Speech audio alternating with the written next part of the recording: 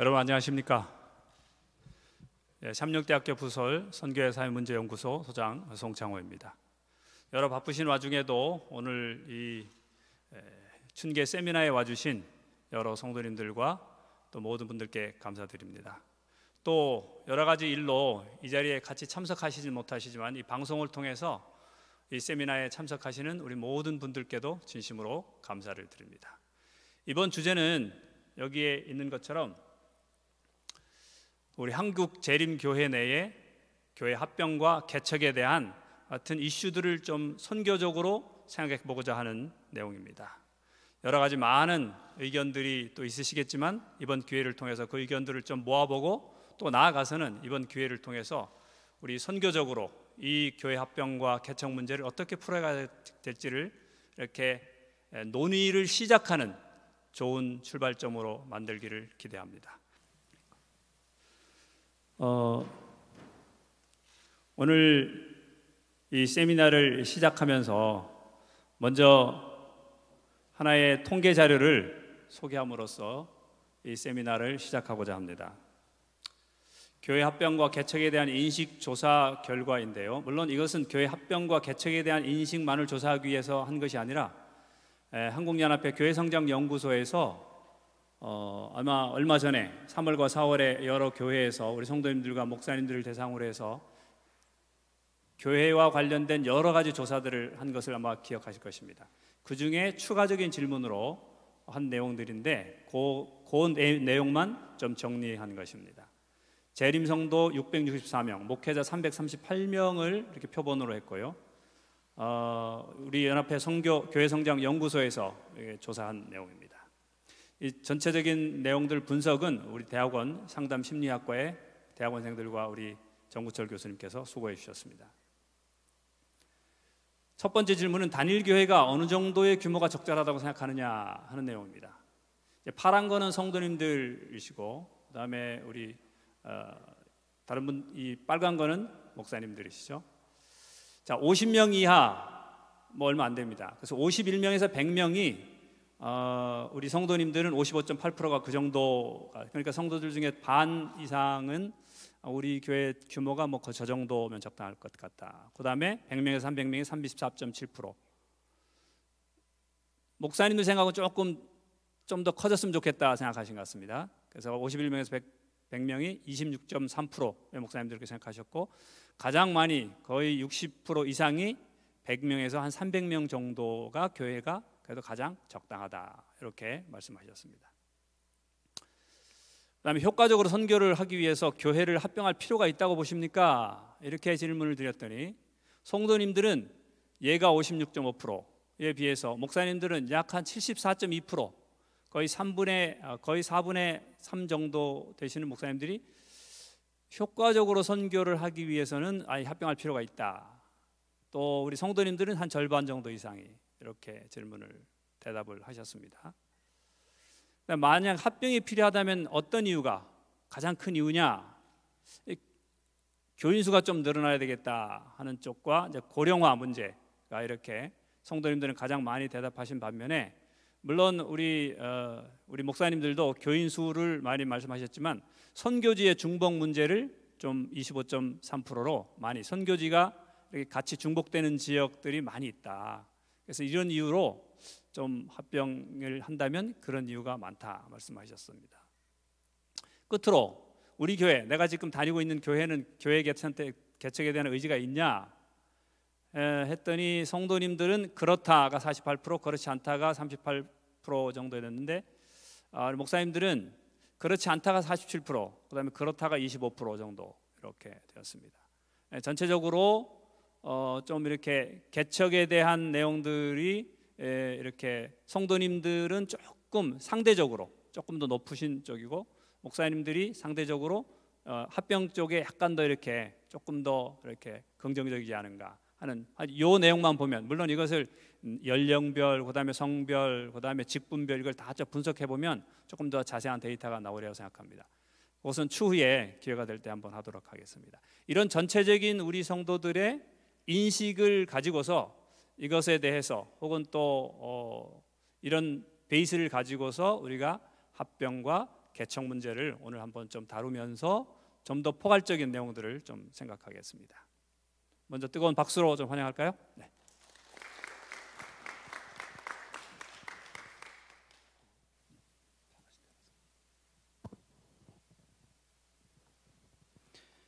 네, 선교적 교회 관점에서 본 선교적, 성육신적 교회 개척과 관련해서 발표드리도록 하겠습니다. 시간이 제한되어 있기 때문에 어떤 부분은 제가 많이 읽기도 하고 또 빠르게 좀 진행하는 것으로 그렇게 하겠습니다.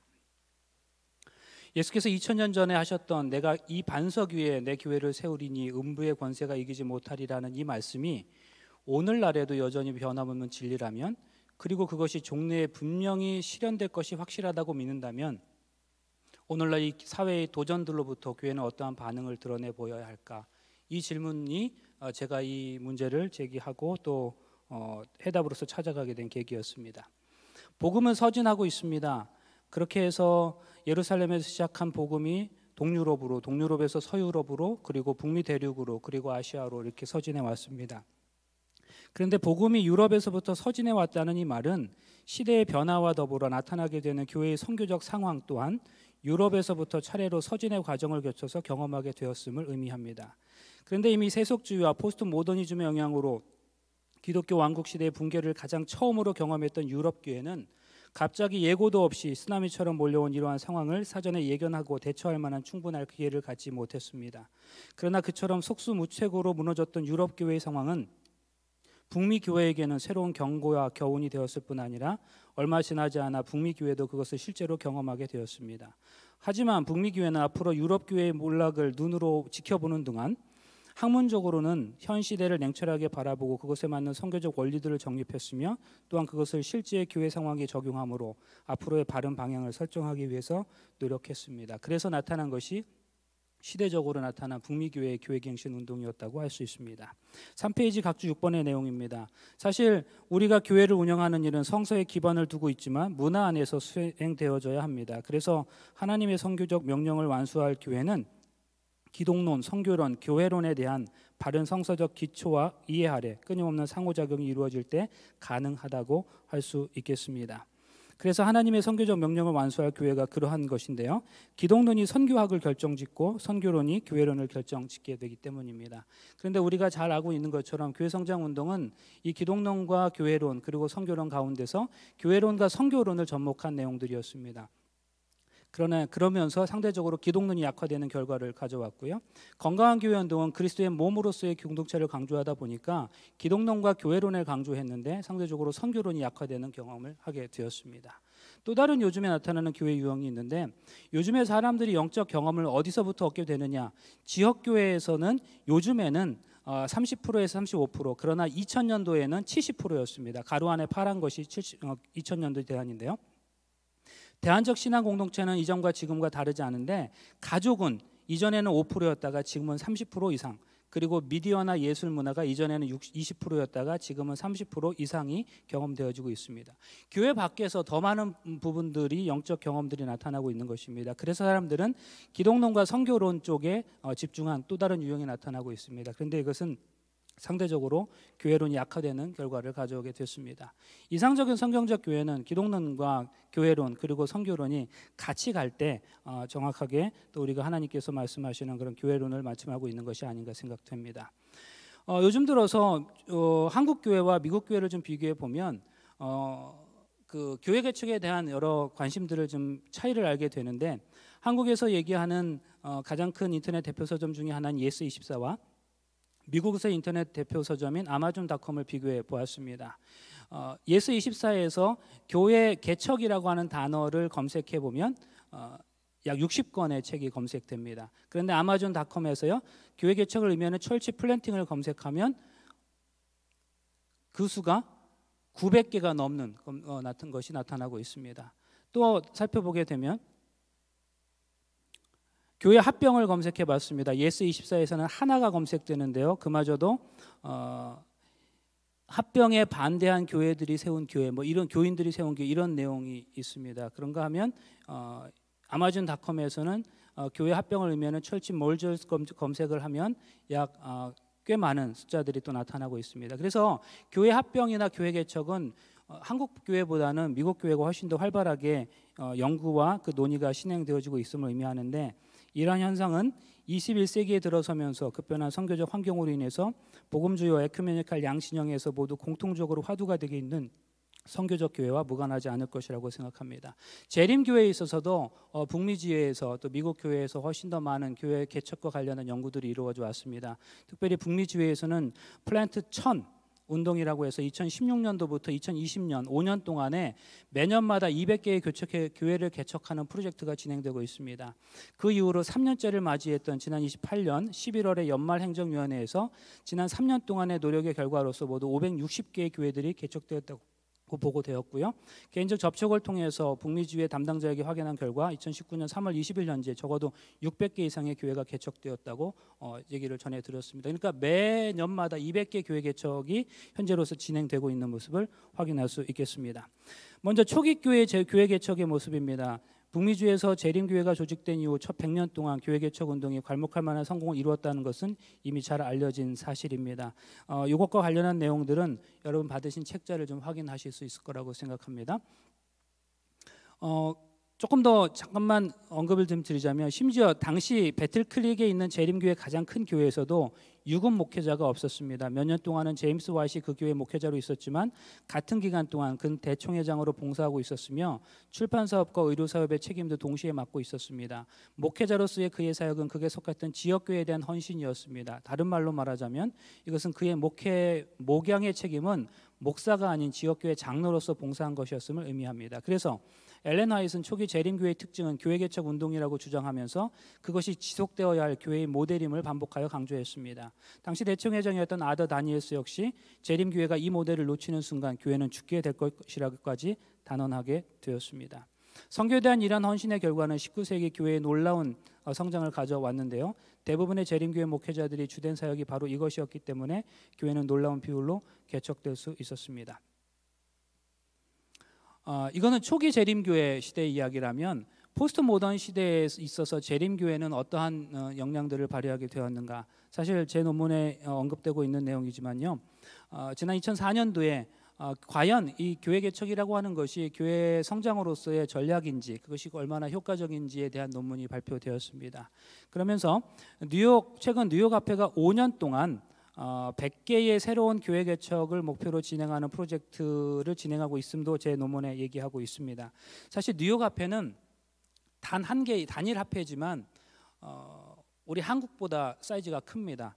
그러니까 제가 오기 전에 그 숫자를 좀 헤아려 봤는데, 그 뉴욕 합회는 약 14만 제곱킬로미터의 그 면적을 가지고 있다면 우리 남한은 10만 제곱킬로미터니까 우리 남한보다 사실 뉴욕 합회가 더 큽니다. 근데 뉴욕 합회가 5년 동안 100개의 새로운 교회 개척을 목표로 진행하는 프로젝트를 한다고 하는 것은 뉴욕 교회 또 북미 교회가 교회 개척에 대한 얼마나 많은 열성과 또 열정을 가지고 있는지를 확인할 수 있습니다.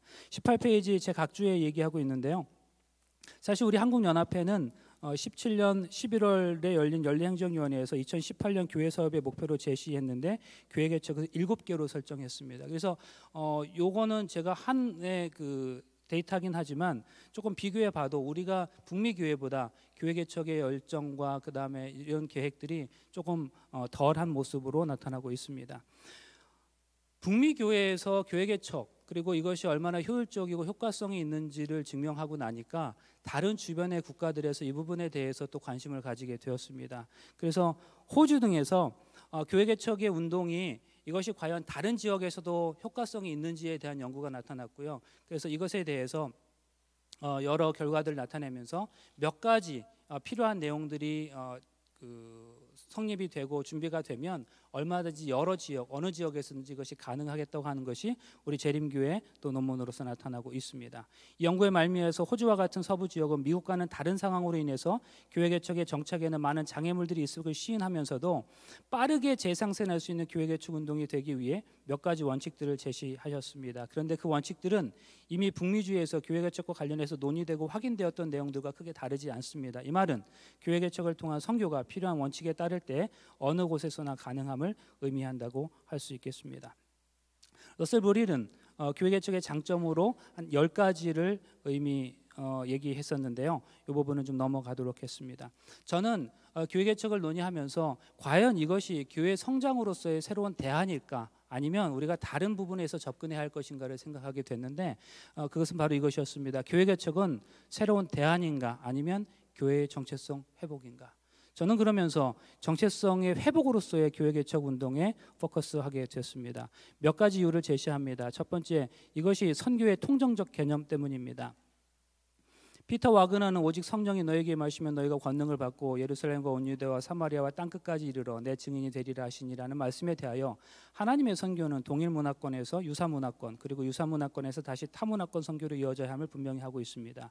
물론 합병에도 다양한 이유와 목적이 있을 수 있습니다. 그러나 교회 개척이 보다 더 넓은 범위에까지 선교적 역량을 발휘할 수 있다는 점에서 훨씬 더 통정적인 것임은 부인할 수 없습니다. 그런 의미에서 교회 개척은 교회가 하나님의 선교적 명령에 직접적으로 반응하는 것이라고 할 수 있습니다. 두 번째, 하나님의 선교에 대한 본질적 이해 때문입니다. 하나님은 본성적으로 선교적 하나님이시기 때문에 당신 스스로가 보내시는 하나님이십니다. 그런데 그 보내시는 하나님의 선교적 사명에 반응하는 사람들은 모두가 다 자연스럽게 보내시는 하나님의 백성이 되는 것이지요. 세 번째, 교회의 사도성 때문입니다. 교회가 본질적으로 사도적이란 말은 교회가 복음의 메시지에 대한 청지기직을 부여받았음을 의미합니다. 하나님의 권위는 교회가 세상에 전달할 메시지를 통해서 교회 안에서 가시화됩니다. 사도의 기본적 정의는 보냄을 받은 자입니다. 사도들을 하나님의 구속적 통치의 메시지를 땅끝까지 전하고 모든 민족을 제자로 삼기 위해 파송되었습니다. 교회의 파송됨은 처음 12명의 사도들에게 주어진 사도적 사역에 기초하고 있습니다.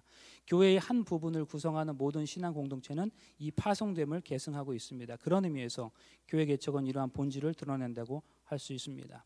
교회 성장의 관점에서 성장의 가장 중요한 요소 중에 하나가 단순함입니다. 크다는 것이 교회 성장 시대에는 언제나 좋은 것이었으나 선교적 교회 시대에서는 하나님 나라가 훨씬 더 중요하기 때문입니다. 그래서 제 논문에 얘기하고 있는 것이 23페이지 있는 내용입니다.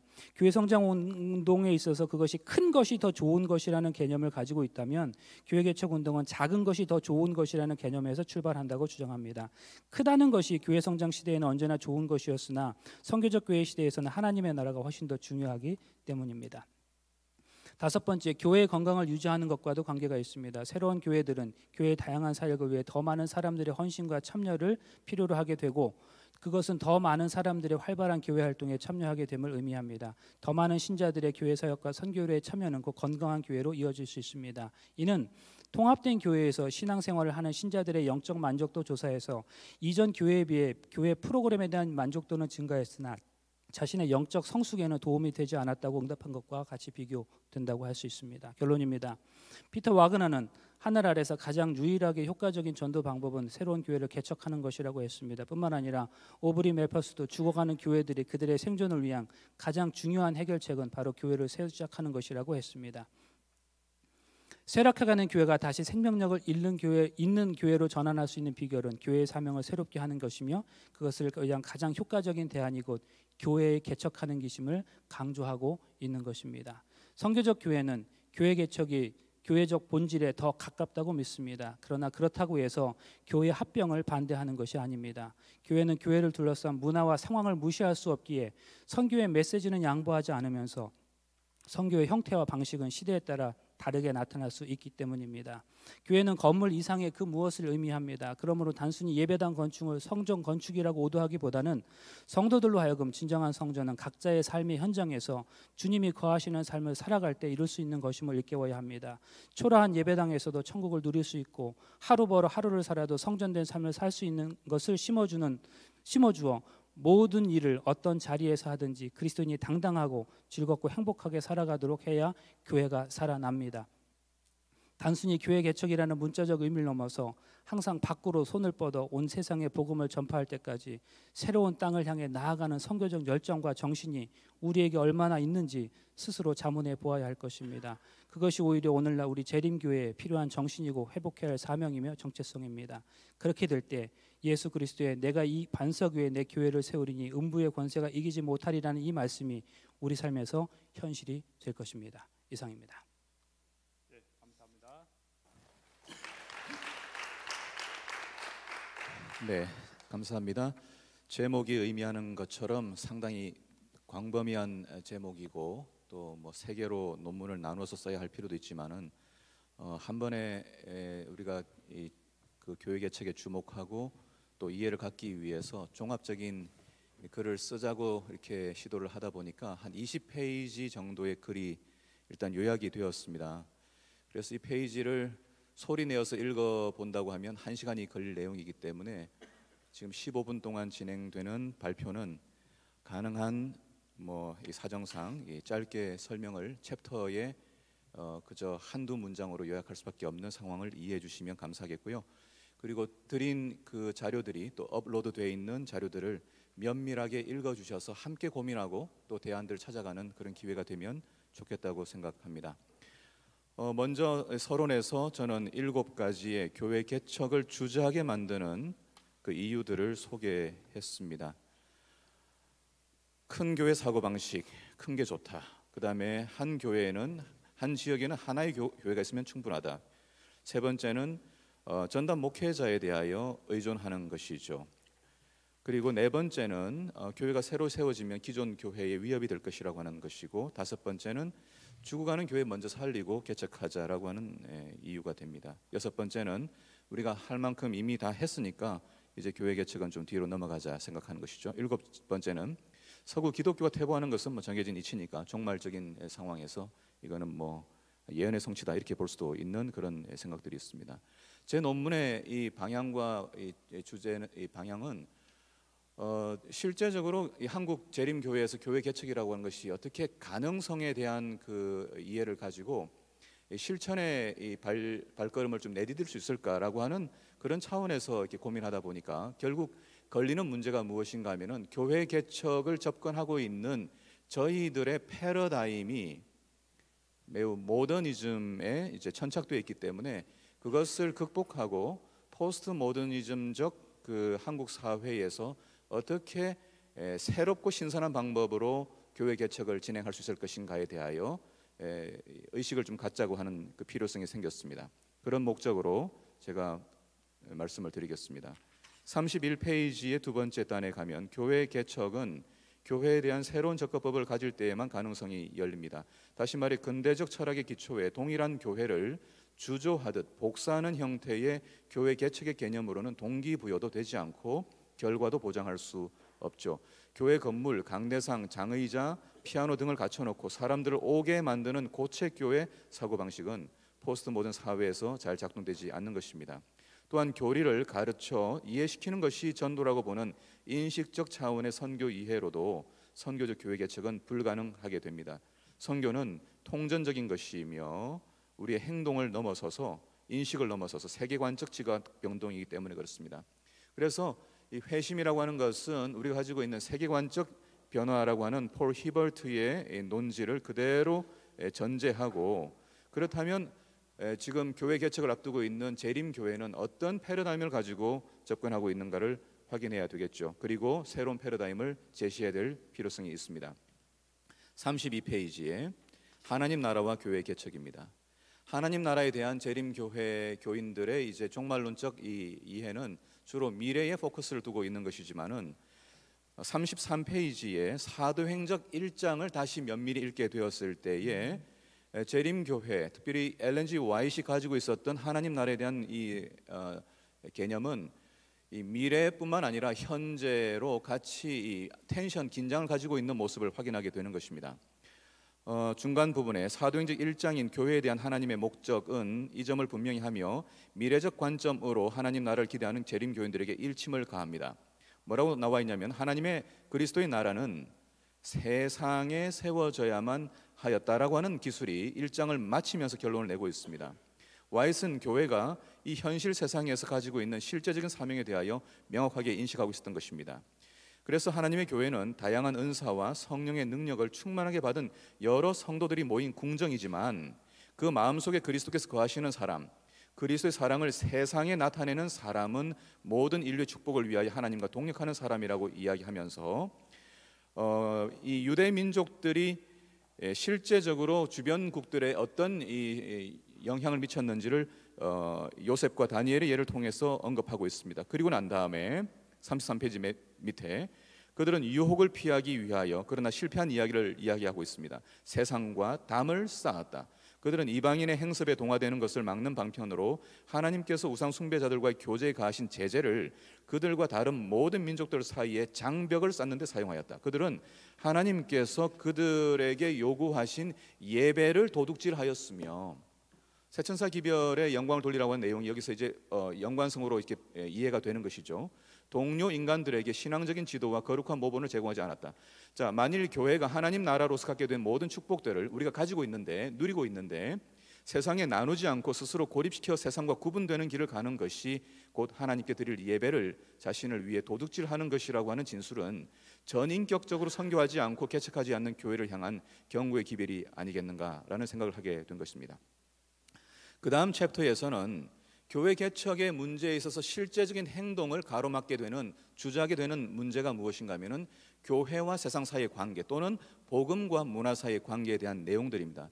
이 부분들은 상당히 많은 연구들이 진행되어 있고, 제가 또 신학교 다닐 때부터 이제 소개받았던 레슬리 뉴비긴의 책들이 지금 상당수 수십 권이 이 한국 출판계를 통해서 제시되고 있기 때문에 저희가 참고하고 연구하는 일들이 필요한 것을 발견하게 됩니다. 문제는 교회는 때때로 분리적인 문화에 있어서 분리적인 노선을 선택하기도 하고, 때때로 세상 속으로 들어가는 성육신적인 동일화의 과정을 가지기도 했지만은, 그러나 어쨌든 교회가 있는 곳은 세상을 변화시켰다고 하는 변혁적인 모델이 교회가 가지고 있었던 능력이었고 존재 자체였습니다. 그래서 35페이지 맨 밑에 문화에 영향받지 않은 교회는 없었으며 교회가 문화에 영향을 주지 못한 경우도 없었습니다. 교회는 세상 속에서 거룩성을 보존하면서도 세상을 향해 들어가는 담대함을 통해 하나님의 선교에 참여해 왔다는 사실을 우리가 기본적으로 인지하게 되면 저희는 세상을 향하여 또는 다른 방식으로 어떤 곳이든지 교회 개척할 용기를 갖게 되는 것이라고 보여집니다. 그 다음에 이제 네 번째 재림교회 선교 조직과 교회 개척에 관련된 부분들은 봉은영 교수님의 논문에도 언급되어 있고, 또 마지막 발표하시게 될 이병주 목사님의 글에도 일면 소개되어 있기 때문에 저는 이 왕거린 왕대하 선교사가 재림교회에서 가장 긴 역사 동안 36년 동안 봉사하셨던 이 왕대하 여사의 남겨진 그 유품이 이 앤드루스 대학 도서관에 있는데요. 제가 페이퍼를 쓰면서 거기 있는 여러 박스들을 면밀하게 다 읽어냈습니다. 그리고 난 다음에 발견한 몇 가지 유용한 자료들이 소개되어 있기 때문에 확인해 보시면 좋겠습니다. 초기 재림교회, 특별히 한국 사회에서 재림교회가 어떤 위상을 가지고 있었는지에 대한 데이터가 몇 가지 나오고 있습니다. 재림교회 역사 가운데에서 보여지는 교회 개척의 어떤 특징들은 평신도들의 활약이 눈부시었다는 것이고요, 매우 젊은 교회였다고 하는 것이 드러나고 있습니다. 4번, 5번에 대한 내용들을 이렇게 요약하겠습니다. 제게 있어서 가장 중요한 이 주제 내용은 다음 장에 있는 41페이지에 있는 내용입니다. 포스트 모더니즘 한국 사회에서 교회 개척입니다. 이제 오늘날 한국 사회에서 교회 개척 활동이 재개되기 위해서 풀어야 할 가장 실제적이고 현실적인 주제로 들어가 보겠습니다. 교회 개척을 어려워하는 이유 중 하나는 현대 문화를 파악하지 못한 채 이전의 방식대로 세상을 상대하는 데서 오는 문제이다. 모 교회를 그대로 복제하여 건물부터 준비하고 사람들을 모으는 근대적인 방식으로는 교회 개척이 실현되기 어렵다. 오늘날 교회 개척을 성공시키기 위해서는 패러다임의 전환이 일어나야 한다. 쭉 여러분 넘어가도록 하겠습니다. 지면상 지금 기술되어 있는 모더니즘과 포스트 모더니즘에 대한 정의는 여러분들이 읽어주시면 좋겠고요. 뛰어넘어서 43페이지 세 번째 단을 보겠습니다. 이해들을 가지고 있다고 전제하고요. 지금까지 교회는 모더니즘에 기초한 선교의 매몰도에 있었다. 회심을 지적 이해로 보고 교리 문답이나 교리 연구가 주된 선교 수단이었다. 여기에 산업시대 마케팅 원리에 기초한 교회 성장 이론이 선교를 이끌어가는 동안 교회는 경쟁적, 결과 중심적, 양적, 권위적, 분석적 특징들로 꼴지어져 갔다. 반복하지만 교회는 모더니즘도 아니고 포스트 모더니즘도 아니다. 교회는 각 시대의 문화 속에서 복음의 가교를 건설해 왔습니다. 맨 마지막 줄에 중요한 것은 교회가 문화에 대하여 갖는 태도의 수정이 필요한 것이죠. 사람들의 정신 구조를 지배했던 모더니즘이 만들어낸 관료적 권위주의적 태도가 여전히 전반적인 사회 구조를 지배하고 있는 것이 사실이지만, 새로운 젊은 세대들은 이런 기성 세대들을 향해 꼰대라고 말하며 변화하지 않는 교회로부터 뒷걸음질 치고 있습니다. 교회는 기존 구조와 방식의 교회를 그대로 유지하면서 복음을 거부하는 신세대들을 향해 세속화되었다고 말하기 전에 그들 곁으로 더 가까이 가서 그들의 이야기를 들어야 하는 것입니다. 인간이 되신 예수님이 지상에서 보이신 모본, 성육신의 모본은 동화책에 나오는 이야기가 아니라 실제적인 교훈입니다. 그렇다면 44페이지, 한국 재림교회는 현 시대 문화에 대하여 어떻게 반응해야 하는가? 교회는 시대의 사회적 특성과 문화를 그대로 반영합니다. 어떤 교회도 하늘에서 바로 떨어져 세워지지 않습니다. 교회가 생명력을 키우고 선교적 사명을 실현할 수 있었던 것은 적극적으로 시대적 상황과 문화에 관여하고 반응했기 때문입니다. 일제강점기에는 독립운동과 함께, 한국 전쟁 직후에는 국가 재건과 경제 개발이라고 하는 절대적 필요성과 함께 교회는 사회와 함께 숨쉬었으며 그 결과 교회는 젊은이들의 광장이었습니다. 한국 재림교 역시 대단히 젊었으며 활동적이었습니다. 이 내용은 앞서 언급되어 있는 내용들을 요약한 것입니다. 45페이지, 교회는 두 번째 단, 교회는 변하지 않는 곳이 아니라 누구보다 가장 빨리 변하는 곳이어야 한다. 진리는 변하지 않지만 교회는 변해야만 한다. 조금 더 정확히 표현하면 복음은 변하지 않지만 복음의 표현은 시대적이어야 한다. 그래서 예수님은 그 시대의 소망이 아니라 모든 시대의 소망이시다. 복음이 시대들의 소망이 되기 위해서 교회는 시대마다 다른 모습을 가지고 있었다는 사실을 우리는 역사를 통해서 확인하게 되는 것입니다. 시대적 상황과 문화에 적극적으로 상관하고자 한다면 교회는 이전에 없었던 새로운 방식의 교회 개척의 방법들을 개발해낼 수 있게 될 것입니다. 제가 보기에는 우리가 이 패러다임에 대한 이 전환만 일어나게 되면 지금 교회는 선교를 위한 새로운 기회들이 무한의 수만큼 가능성이 열린다는 사실을 보게 되는 것입니다. 기존 하던 방식대로 개척과 선교를 접근하기 때문에 저희가 이 세상에 접근하는 부분이 어렵고 힘든 내용들이 있습니다. 나가며 결론 부분은 8가지의 교회 개척을 위한 실제적인 제안들로서 요약했습니다마는 이 내용들은 패러다임에 대한 전환, 적어도 모더니즘에서 포스트 모더니즘으로, 그리고 그것을 넘어서는 메타 신학으로서의 그것을 배경으로 이 8가지의 내용들이 소개되고 있습니다. 46페이지 짧게 말씀을 드리겠습니다. 복음은 단답형이 아닙니다. 복음은 살아있는 유기체로서 모든 시대마다 작동하는 인생의 원리, 즉 세계관적 차원의 주제입니다. 그렇기 때문에 문화와 세계와 연결되지 않는 고립된 복음은 언제라도 이단화될 수밖에 없습니다. 복음이 처해진 문화적 상황은 그 거대한 영향력 때문에 고립하거나 동화되거나 하는 사이에 놓여진 팽팽한 긴장 그 자체입니다. 이 긴장을 인지한 교회가 주어진 복음 명령을 어떻게 수행할 수 있을 것인가?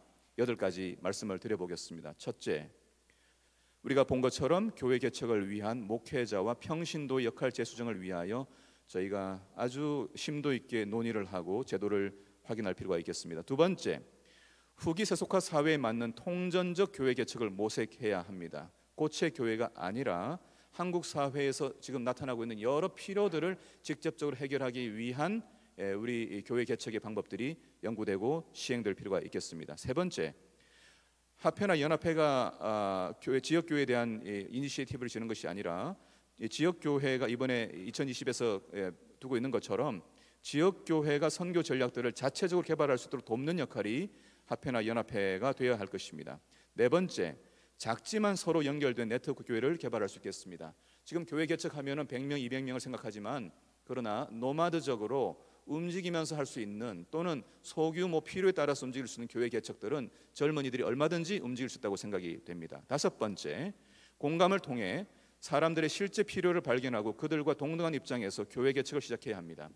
지금 현재 가장 혁신적인 이 솔루션들을 만들어내는 이 방법들로 디자인 싱킹이라고 하는 이 원리들이 제시되고 있는데 교회가 주목해야 할 필요가 있고 제가 논문을 준비하고 있습니다. 여섯 번째, 다음 세대 리더십이 교회 개척을 주도하도록 해야 합니다. 지금 교회 개척의 아젠다를 놓고 젊은 20대, 30대 또는 우리 10대들도 새로운 이 한국 상황의 필요들을 위하여 나름대로의 독특한 창의적인 방법으로 교회 개척을 시도할 수 있도록 할 필요가 있겠습니다. 일곱 번째, 신학교육 과정도 역시 현재 교회를 유지하고 목회하는 것에 초점이 맞춰지는 것에서 교회 개척을 위하여 갈 수 있는 것으로 다시 재정비할 필요가 있는 것이고 교단적인 차원의 연구가 필요하겠습니다.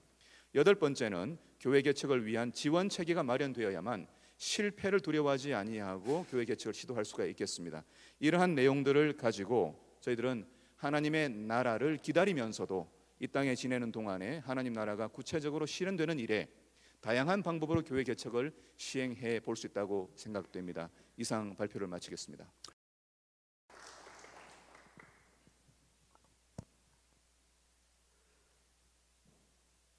광주 꿈의 교회 이명택 목사입니다. 먼저 이 자리에 앉게 해주신 하나님께 영광과 찬송과 감사를 드립니다. 이 글을 쓰는 목적은 성경 속의 하나님의 말씀이 오늘날도 동일하게 현재를 사는 우리의 삶에 실제하시며 현실이 됨을 말씀드리기 위해서입니다. 과거에 만났던 또 만났었던 하나님을 추억하는 것이 아닌 오늘도 여전히 하나님과 동행함으로 하나님께서 일으키시는 기적을 바로 오늘 우리의 눈으로 체험하며 보기를 원합니다. 먼저 짧게 광주 꿈의 교회 소개를 먼저 좀 드리고 싶습니다.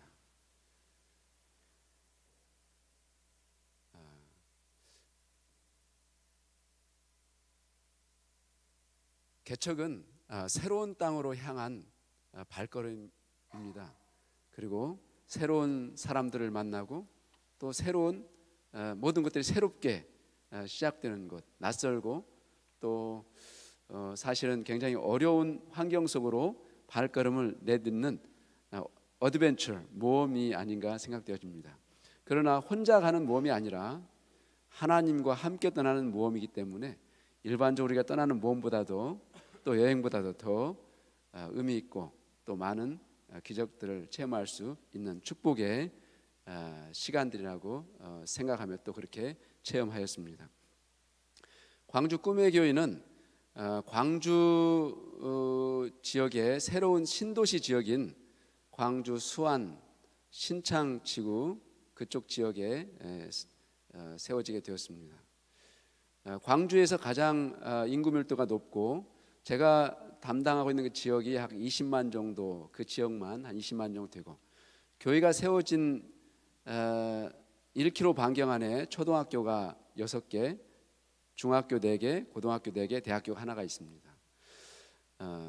평균 연령은 호남 지역에서 가장 연령이 낮은 30세로 이렇게 광산구청에 그렇게 기록되어 있습니다. 호남은 다른 지역보다 연령이 굉장히 평균 연령이 높은데 유일하게 이 지역만이 가장 젊은 지역입니다.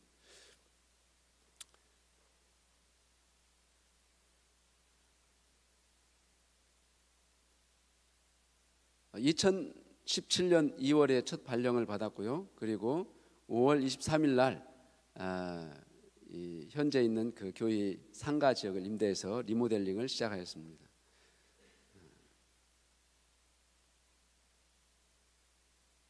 교회는 그 상가 지역 4층에 자리 잡고 있습니다. 흡사 교회의 모습 같죠?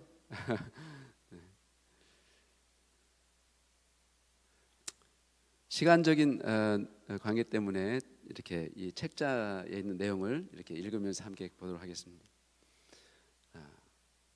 주여 보낼 만한 자를 보내소서. 2016년 8월 30일 신도시 교회 개척에 대한 오랜 고민과 갈등 중에 있던 나는 새벽에 눈을 떴다. 그때 제가 향학을 하고 있었습니다. 여기 바로 여기 옆에 향하고 있고 새벽마다 이렇게 이 대학 교회에 와서 이렇게 새벽 기도를 하고 예배를 드렸었는데 이 자리가 낯설지가 않습니다. 또 제가 졸업 이렇게 향학을 마치고 처음으로 다시 오게 됐는데 정말 이 자리에 빌어서 여러분 모두에게 또한 감사를 드립니다. 나는 새벽에 눈을 떴을 때 9장 23절에 대한 강한 암시가 왔다. 나는 침대에 무릎 꿇고 9장 23절을 찾아보았다. 어느 성경인지 몰랐기 때문에 마태복음을 찾았고요. 그 다음에 마가복음을 찾아보았습니다. 마가복음 9장 23절을 펼쳤고 거기에 예수께서 이르시되 할 수 있거든이 무슨 말이냐, 믿는 자에게는 능히 하지 못할 일이 없느니라고 기록되어 있었다. 1998년 신학 3학년 때 교회가 없던 전북 임실에 교회를 개척을 시작했었다. 당시 결혼을 해서 자녀 둘이 있는 가장이었던 나는 경제적인 아무런 의지할 데가 없는 가난한 학생이었지만 십자가의 큰 사랑을 전하고 싶은 열정이 등록금을 낼 돈으로 구형 그레이스 차 중고차를 구입하게 하였고 매주 나를 서울에서 전북 임실로 향하게 하였었다. 예배 장소가 없어서 우리는 4개월 동안 산에서 들에서 강에서 군민회관 주차장에서 예배를 드렸었다. 그리고 임실 새소망 교회 개척을 위한 예배를 임실이 내려다 보이는 산 정상에서 처음 드리던 날로부터 2주년 되는 안식일인 2000년 9월 23일에 임실 새소망 교회를 헌당하는 기적의 축복을 받았었다. 그날 이후로 한 번도 임실 새소망 교회 헌당일인 9월 23일을 성경절과 연결시켜서 생각해보지 않았었던 내게 큰 감동으로 다가왔다. 9장 23절 9월 23일에 대한 내용이 그날 새벽에 오버랩돼서 제게 다가왔습니다. 그 당시에 학교를 신학생했던 제게 졸업하기 전에 하나님 모세에게 보여줬던 홍해를 가르렀던 그런 기적들을 저에게도 한번 보여주셔서 이제 졸업하고 목회를 나가는 저에게 광야 목회를 나갔던 모세에게처럼 보여줬던 것처럼 저에게도 보여주십시오 해서 그 기적의 결과로 정말 기적처럼 헌당을 이루었습니다. 그때가 9월 23일인데 그 성경절이 마가복음 9장 23절과 연결되어져 있었다는 것을 그 후로 16년이라는 세월이 흐르고 난 후에 비로소 알게 된 것입니다. 할 수 있거든이 무슨 말이냐? 믿는 자에게 능히 하지 못할 일이 없느니라. 그러나 나의 갈등과 고민은 더욱 깊어졌다. 나는 모세처럼 주여 보낼 만한 자를 보내소서고 나의 심경을 토로했다. 광주광역시 신도시 교회 개척을 두고 기도하기 시작하면서 나는 두 생각으로 인하여 깊은 고민과 갈등 가운데 빠졌다.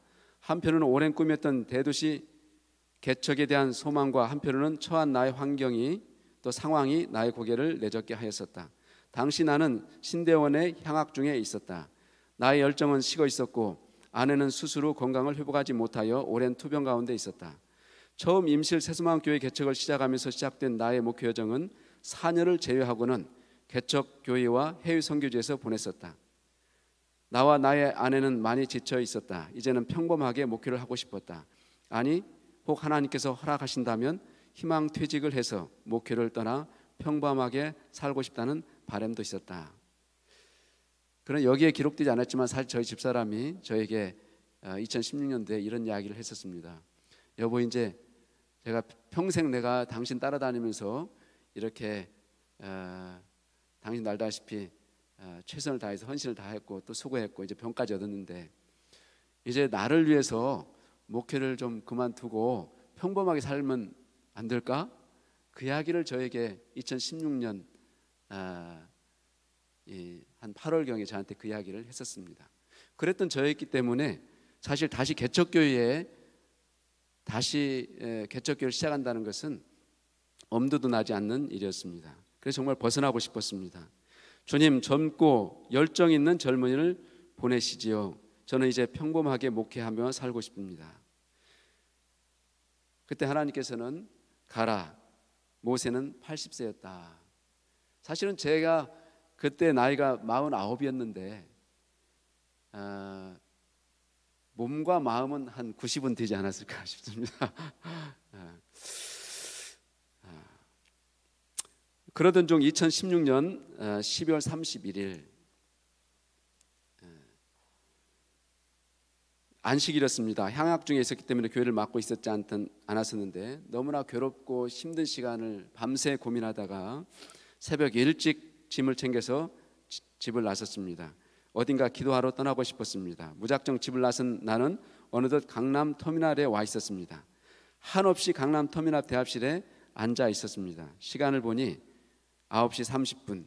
그래, 예배는 드리고 가야지. 나는 강남 터미널에서 가까운 강남 중앙교까지 걸어갔습니다. 예배를 드린 내내 하나님과 마음의 대화를 주고받았습니다. 누가복음 5장 5절을 찾아보라는 마음의 음성이 들렸고 저는 누가복음 5장 5절을 찾아보았습니다. 시몬이 대답하여 이르되 선생님, 우리들이 밤이 새도록 수고하였으되 잡은 것이 없지만은 말씀에 의지하여 그물을 내리이다. 저는 예배 드리면 도중에 그 자리에 무릎을 꿇었습니다. 그리고 주여, 앞으로 보나 뒤로 보나 좌로 보나 우로 보나 내 자신의 영적 상태를 보나 불가능해 보이지만 저도 베드로처럼 주의 말씀에 의지해서 그물을 내리리이다 고 고백하고 순종할 것을 결심하였다. 이어 요한복음 21장으로 주님께서는 이끄셨습니다. 누가복음 5장 5절에는 많은 물고기가 잡혔으나 그물이 찢어졌다고 기록되어 있습니다. 그러나 넘어졌던 제자들을 다시 부르시는 요한복음 21장은 큰 물고기가 153마리가 잡혔으나 그물이 찢어지지 아니하였다고 기록되어 있었습니다. 그러나 하나님께서 내게 그물이 찢어지지 않는 153에 대한 비전과 믿음을 주셨습니다. 나는 그날 단 한 가지의 기도를 했습니다. 주여, 내게 하나님을 향한 젊은이의 거룩한 열정을 회복시켜 주옵소서. 나와 아내와 자녀에게도 동일한 축복을 주옵소서. 오른편에 그물을 던지라는 이 말씀은 저에게 실질적으로 제가 그곳에 가서 교회를 개척할 때 저에게 일어났습니다. 갈 바를 알지 못하고 떠났던 아브라함처럼 저는 2017년 2월에 인사발령을 받았습니다. 그리고 사실 인사발령 받을 때 집이 아직 없었습니다. 그래서 이삿짐을 센터에 계약할 때도 집이 없이 계약을 했고요. 그리고 내려가서 호남화폐 어떤 여러 가지 상황 때문에 이런 혼란 속에 있었던 호남화폐의 상황 때문에 제 자신도 더 힘든 시간을 수개월 동안 보내게 되었습니다. 그리고 또 교회자를 찾기 위해서 아무리 찾아다녀도 상가를 교회로 임대해 주겠다는 것이 없었습니다.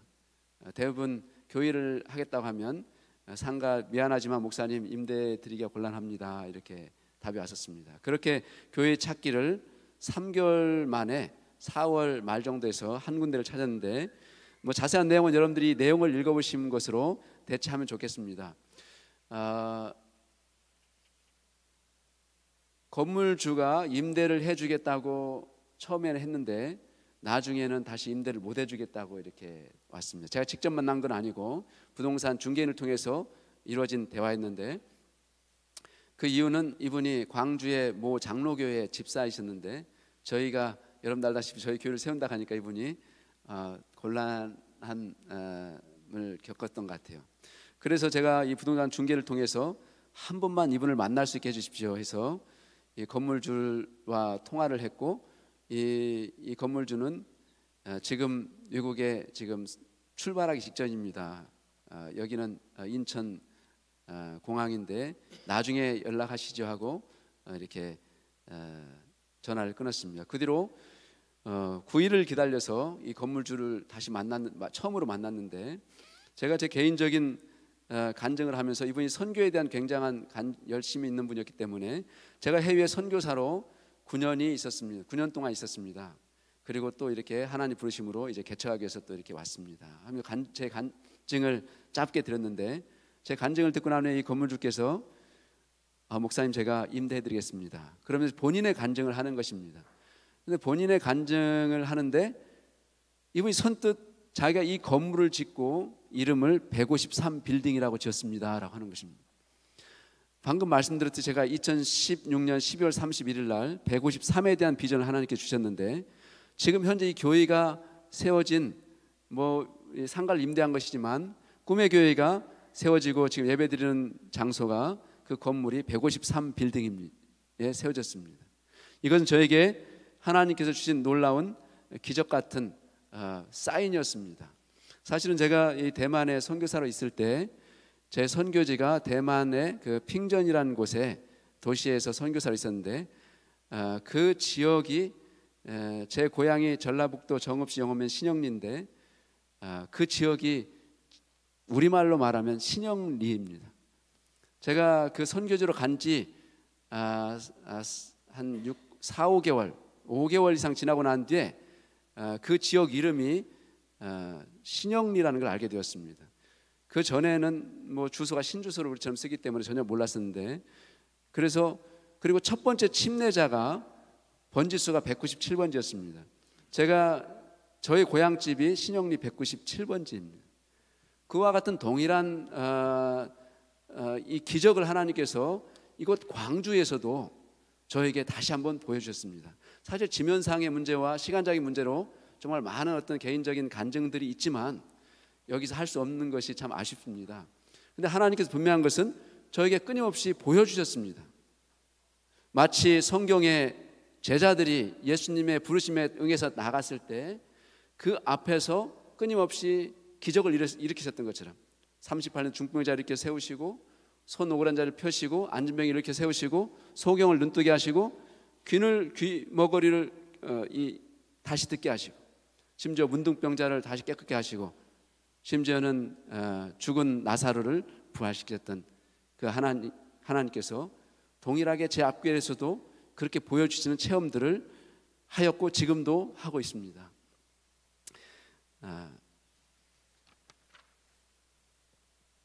시간이 많이 지났기 때문에 내용들을 이제 정리를 좀 하도록 하겠습니다.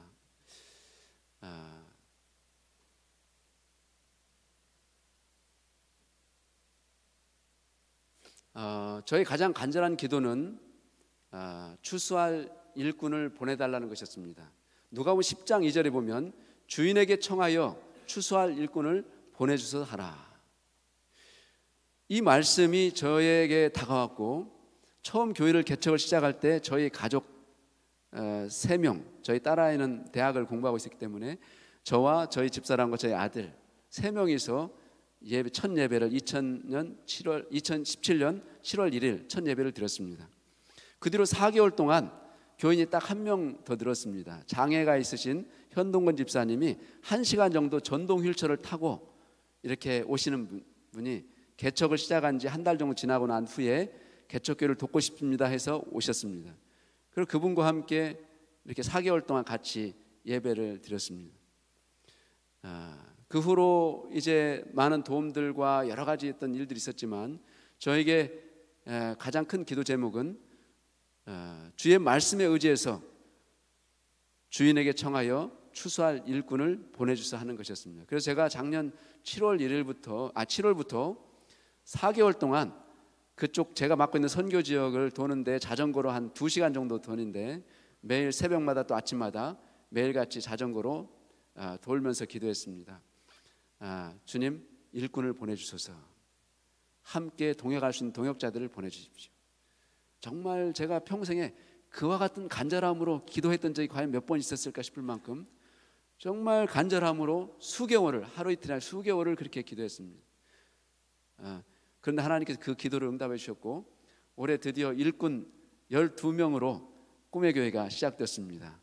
방금 영상을 통해서 이렇게 보신 것처럼 드디어 하나님께서 일꾼들을 보내주셨고 또 여러분들이 책자를 통해서 읽어보시면 아시겠지만 정말 선교 정신을 가진 저처럼 오기에 도무지 불가능했던 분들이 믿음으로 말씀 의지해서 오셨습니다. 그리고 교회는 전혀 다른 모습으로 이제 탈바꿈하였고 제가 일찍이 이런 교회에서 처음으로 목회를 해보는 것 같습니다. 저희는 안식일 예배를 마치고 난 후에 2시부터 5시까지 전 교인이 전 리더들이 봉사를 하고 그리고 이제 6시경에 일몰 예배를 드리고 피드백을 하고 저녁 식사를 하고 마치고 성도들이 돌아갑니다. 제가 지금까지 목회하면서 이런 교회에서는 처음 목회하는 것 같습니다. 온 교인이 한입 마음이 되어서 전심으로 선교 사역을 받들게 된 것, 이것은 하나님께서 저에게 주신 큰 축복이라고 생각합니다. 이제 맺는 분 말씀을 잠깐 읽도록 하겠습니다. 현재 꿈의 교회는 매일 새벽 예배를 드리고 있으며 꿈의 교회 드림문화센터에서 평일에 성인 영어교실과 어린 영어교실을 운영하고 매 안식일 오후 2시에서 5시에는 건강 세미나, 발 마사지, 도수치료, 개척대, 성인 영어교실, 한글학교 등을 운영하고 있습니다. 그리고 모든 섬김의 사역을 마친 후 함께 일몰 예배를 드리고 피드백을 한 후 저녁 시간을 함께 합니다. 매월 홀수달에는 1박 2일 드림 캠프를 운영하고 있습니다. 또한 교회 건축 부지 구입을 위해서 전 교인이 합심하여 매일 정오의 기도를 드리고 있습니다. 오는 7월 1일 교회 개척 2주년을 맞이하는 광주 꿈의 교회는 1530명의 성도를 꿈꿉니다. 할렐루야, 하나님의 부르심에 순종한 일이 얼마나 잘한 결정인가. 깊은 감사의 찬양을 하나님께 드립니다. 나는 지나온 2년 반의 시간을 되돌아보며 가장 큰 감사는 50이 넘은 나이이지만 하나님께서 하나님의 말씀을 향한 젊은이의 마음, 열정을 다시 회복해 주셨습니다. 아내의 건강도 회복되었고 사랑의 축복이 나의 가정에 충만합니다. 나는 성경 속에 하나님의 말씀이 오늘날도 동일하게 현재를 사는 우리의 삶에 실제하시며 현실이 됨을 계속해서 보고 싶습니다. 홍해를 건널 때 80세의 노인이었던 모세의 일성, 모세가 백성에게 이르되 너희는 두려워 말고 가만히 서서 여호와께서 오늘 너희를 위하여 행하시는 구원을 보라. 이스라엘 지도자로 세움을 받아 요단을 건널 때 85세의 노인이었던 여호수아의 순종과 이 산지를 내게 주소서 당당히 요청했던 85세의 노인 갈렙의 용기, 이들은 모두 그들 자신의 패기로 한 것이 아니라 하나님의 명령 그리고 하나님의 약속의 말씀을 믿고 기대하면서 오는 믿음의 고백이었습니다. 지금 이 시대 오늘을 사는 우리에게 필요한 것은 하나님의 말씀에 대한 확신이며 순종입니다.